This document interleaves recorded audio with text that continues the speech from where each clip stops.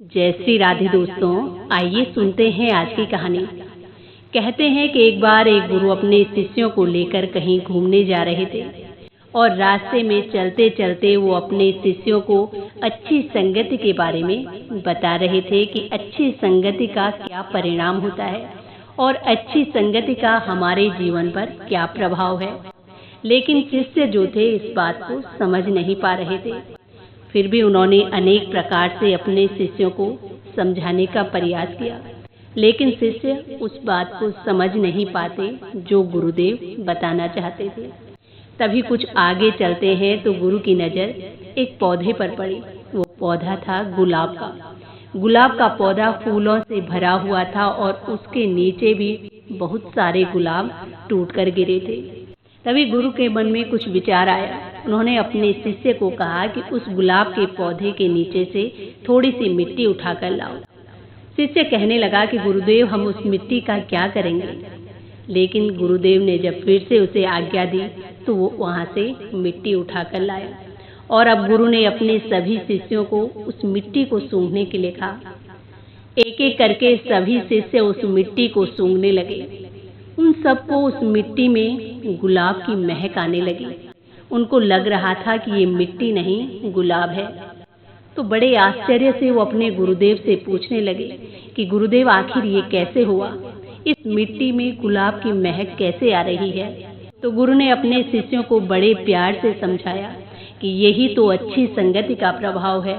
ये मिट्टी तुम उस गुलाब के पौधे के नीचे से लेकर आए हो और इस मिट्टी के ऊपर रोज गुलाब के अनेक फूल टूटकर गिरते हैं और उन गुलाब की पंखुड़ियों की जो महक है, गुलाब के फूलों की जो खुशबू है, इस मिट्टी में भी समा गई है और तभी इस मिट्टी में गुलाब जैसी महक आ रही है, क्योंकि रोज गुलाब टूट टूट कर इस मिट्टी में गिरते रहते हैं और अभी मिट्टी भी गुलाब जैसे महकने लगी है। यही मैं तुम्हें समझाने का प्रयास कर रहा था कि संगति क्या है और संगति का क्या प्रभाव होता है।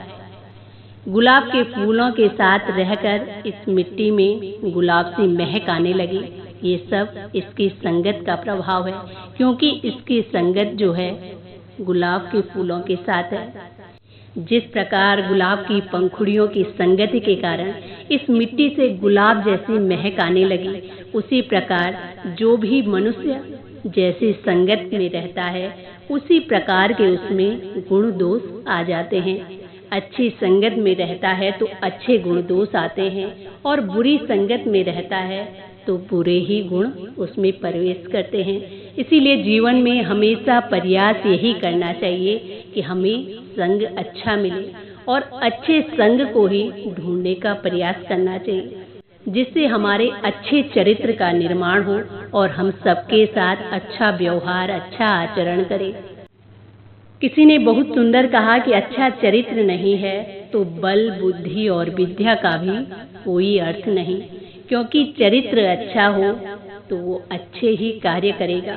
अगर चरित्र अच्छा हो तो निश्चित है कि उसकी संगत जो है अच्छी रही होगी और अच्छा चरित्रवान मनुष्य कभी भी गलत कार्य नहीं कर सकता। ये सब हमारे संगति के प्रभाव से हमें मिलता है। इसीलिए जीवन में प्रयास यही करना चाहिए कि हमें अच्छा संग मिले। तो दोस्तों, ये थी आज की कहानी। कहानी पसंद आती है तो प्लीज़ चैनल को लाइक, शेयर एंड सब्सक्राइब जरूर करें। इसी के साथ जय श्री राधे, जय श्री कृष्णा।